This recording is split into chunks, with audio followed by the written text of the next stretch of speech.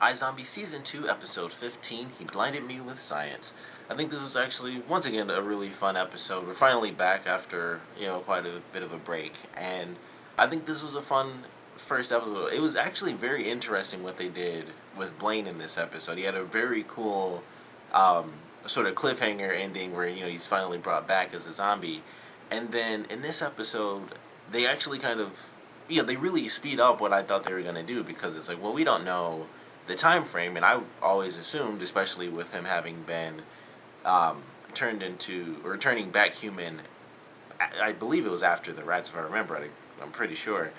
So with that happening, I figured they, of course, have a much longer time span, but it seemed like when he turned into the zombie, it was actually much faster for him. So I thought that was actually very interesting because I thought for sure it would take much longer because it was the human body and not a small mouse body where it's like it can circulate much faster because it's not, 6 feet tall, however tall he is, I think like five something. So it really surprised me how much he was affected by having turned back into a zombie. And now it's like we have this possible temporary cure. We have no idea what the results are just yet. It's that I believe it was the fourth. It was like new hope is the one that's still alive. So Ravi found at least a temporary cure. So far, it's fairly positive, obviously compared to all the dead results before.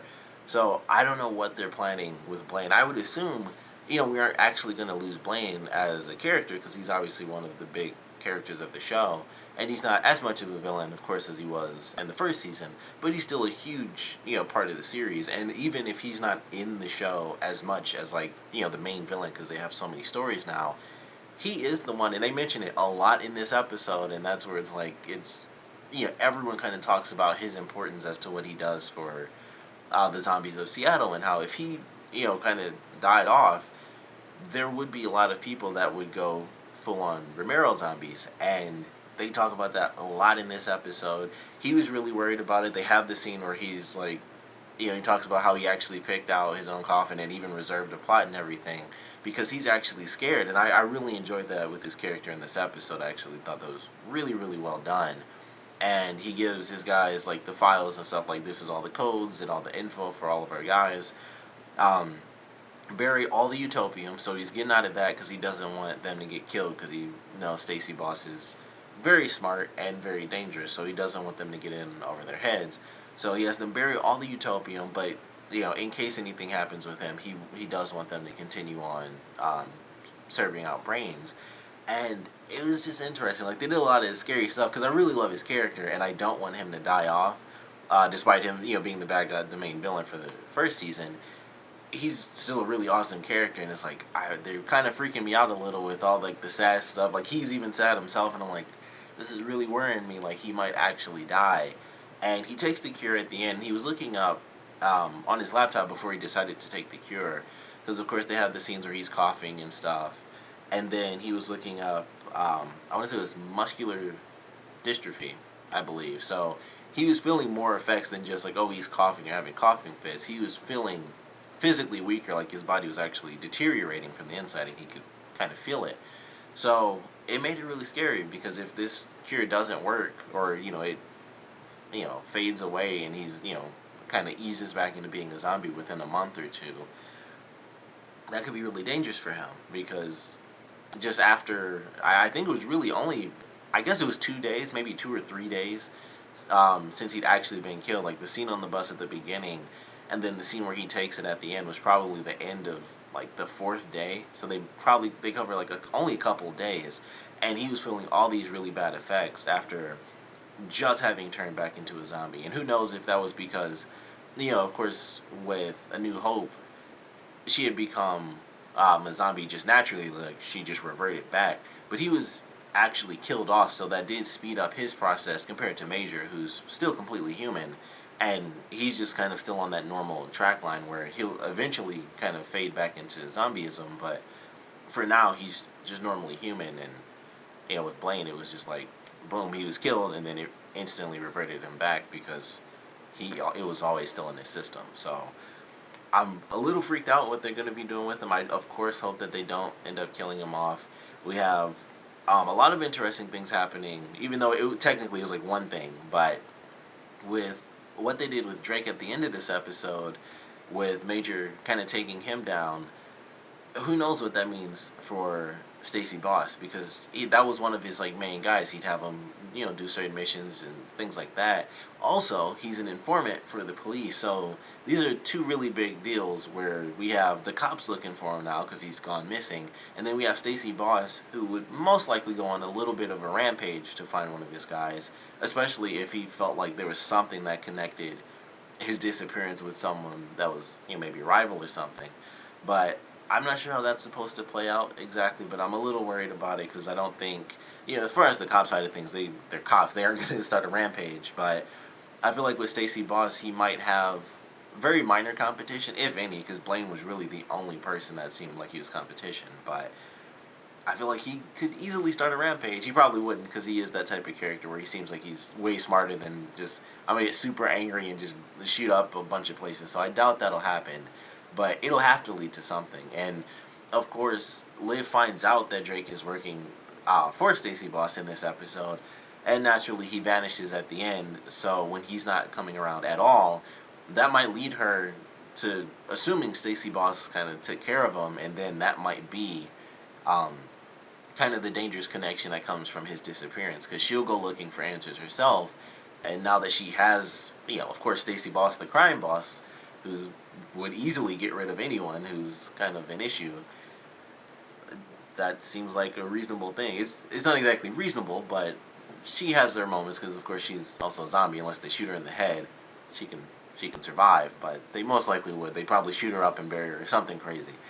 But it's going to lead to something pretty bad, I know for sure, because he's connected to, despite Drake's like actual role in the series where he's just like the guy who's hiding a secret from Liv, he's kind of a big trigger. Like, his disappearance affects a lot of different things that are very, tightly knit in this show. So once he vanishes, that's going to say a lot. So I'm not sure where they're going to take that, but I'm definitely looking forward to it because it should just be very interesting. And then we have, of course, the case in general in this episode is actually pretty good because it led to a couple of extra things with Max Rager. And Max Rager, they did some great stuff for Max Rager in this episode. We have, of course, I still can't remember that guy's name. Like, the leader, I swear I can never remember his name. I remember the doctor's name, who's Dr. Cash.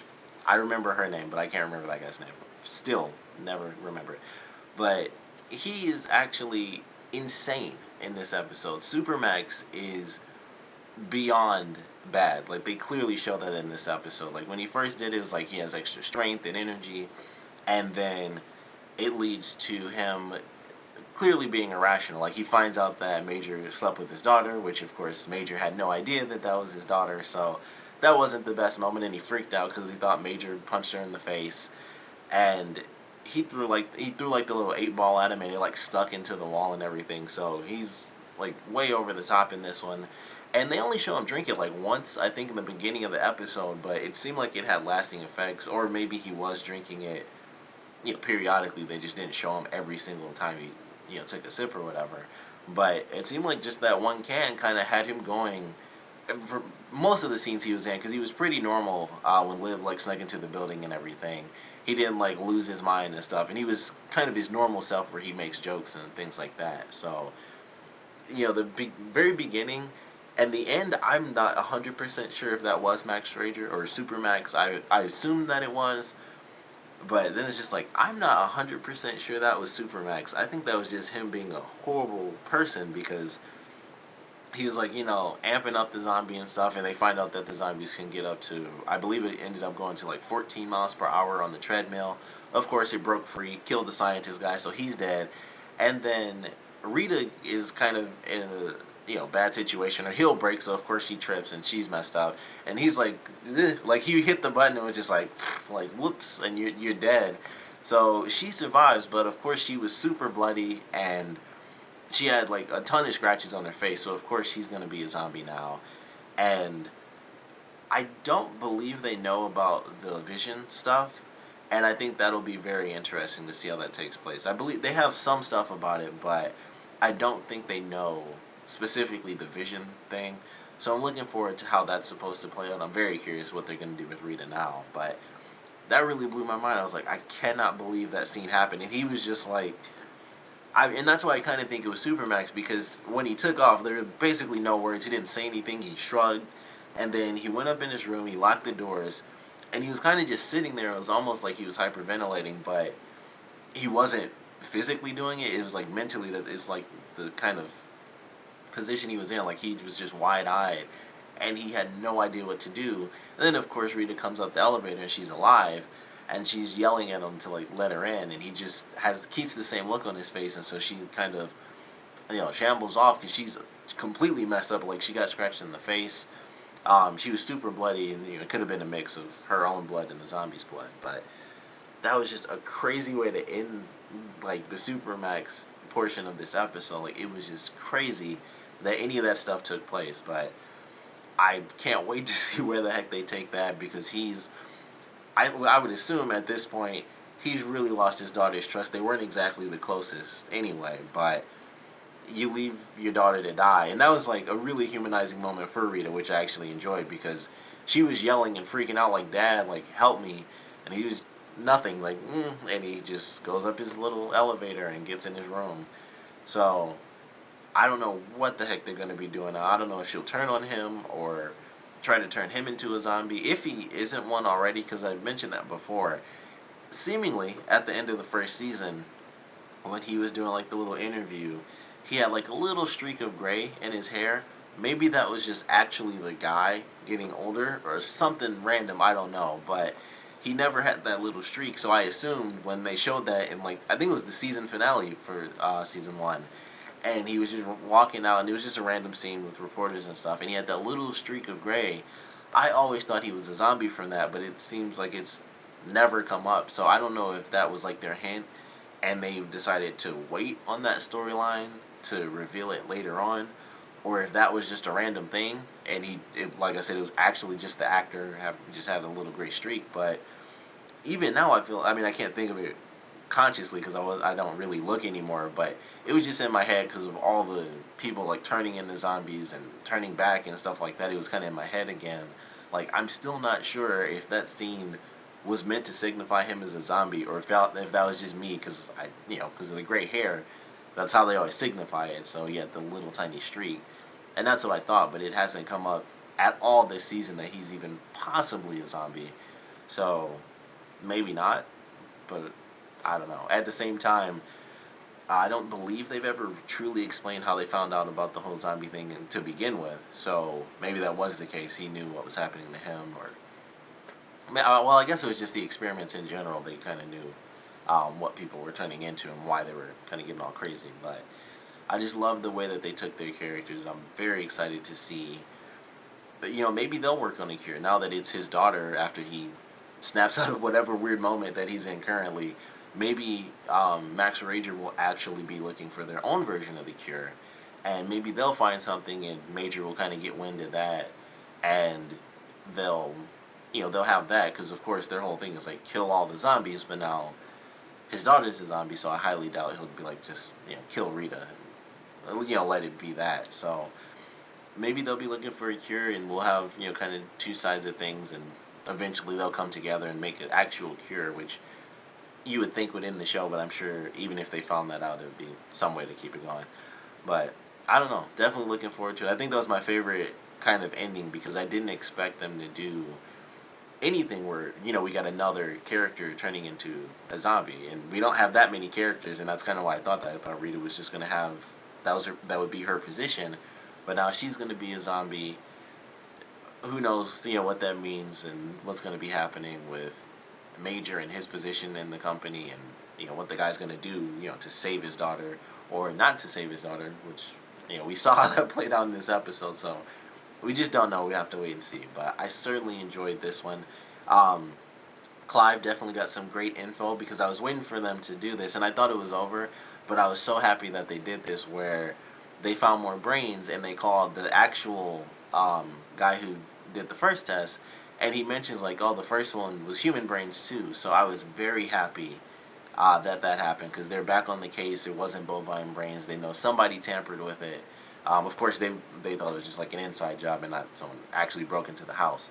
But I was so happy when they did that. I was like, that's really good, because I thought that was just another thing to, take them off. I figured they'd find another clue later on, and I guess technically they did, but it, also led back to the first clue. So I was really happy that happened, because they're back on the case now. Um, Shoot, they probably would have solved everything if Blaine, burst through the door in that opening scene like 2 seconds faster. Because like as soon as they left out, he just like burst straight through the door. I was like, man, that's one of those weird TV things where someone leaves out and someone just comes straight through, and it's like, oh, 1 second, 2 seconds off, especially with as loud as he was just bursting through the door, which no one's ever come through that door before. So it was really weird when he burst through like a side door to me. I was like, they've never done that before. I don't know what's over there. It was like a weird little new area, but I'm definitely glad they're going to be back on the case. Um, Whatever's happening with Max Rager, very excited for that. We have Drake disappearing. Don't know what's going to happen with this new, possibly permanent cure, most likely temporary cure, because I'm sure it's going to, be ups and downs, and maybe they'll keep redoing that just to save Blaine a lot longer till they find a permanent cure. But it didn't seem to melt him away instantaneously, so we'll see what happens. I'm definitely looking forward to this next episode, of course. Want to know what you guys thought about this one, so please comment below. Let me know your favorite parts, your least favorite parts. And with all the changes that they've, kind of thrown into this episode, with Blaine going from human to zombie and then back again, possibly permanently, most likely temporarily, Rita becoming a zombie, and then Drake disappearing, I want to know what you think will create the biggest change. Also, Clive and, I want to say Dale, if I remember his girlfriend's name. I hope that's right. Also, them getting the info that the brains were actually human brains. Out of those four things, what do you think will have the biggest impact, on the rest of the series? Because for me personally, I think it's probably going to be Drake, just because that kind of brings Stacy Boss back into kind of the forefront of things. Because he's been out of it for quite a while. They've shown him a few times, but it's always been little stuff like him going after Blaine, which technically was a huge thing, but he's only been in there like, here and there. Mostly it's just Drake during his scenes where he's with Stacey Boston trying to cover up, like, oh, someone, on the phone with him or whatever. So he hasn't really hasn't had any like huge moments, and I think that's going to change. Plus, like I said, Drake is not only tied to Stacey Boss, but also the police, which obviously if he's, disappearing, your informant disappears, that's a pretty big deal. You have cops snooping around, and then you have Stacey Boss sending his people out who are probably adept at telling who is and is not a cop at this point. That might lead to some interesting revelations for certain parties. So I think that'll be the biggest catalyst for these next couple episodes as far as crazy changes and stuff. But I want to know which, I guess, change and slash revelation you think is going to have the biggest impact. And of course, I want to know what you guys thought about this episode in general. So please comment below, let me know, and thanks for watching.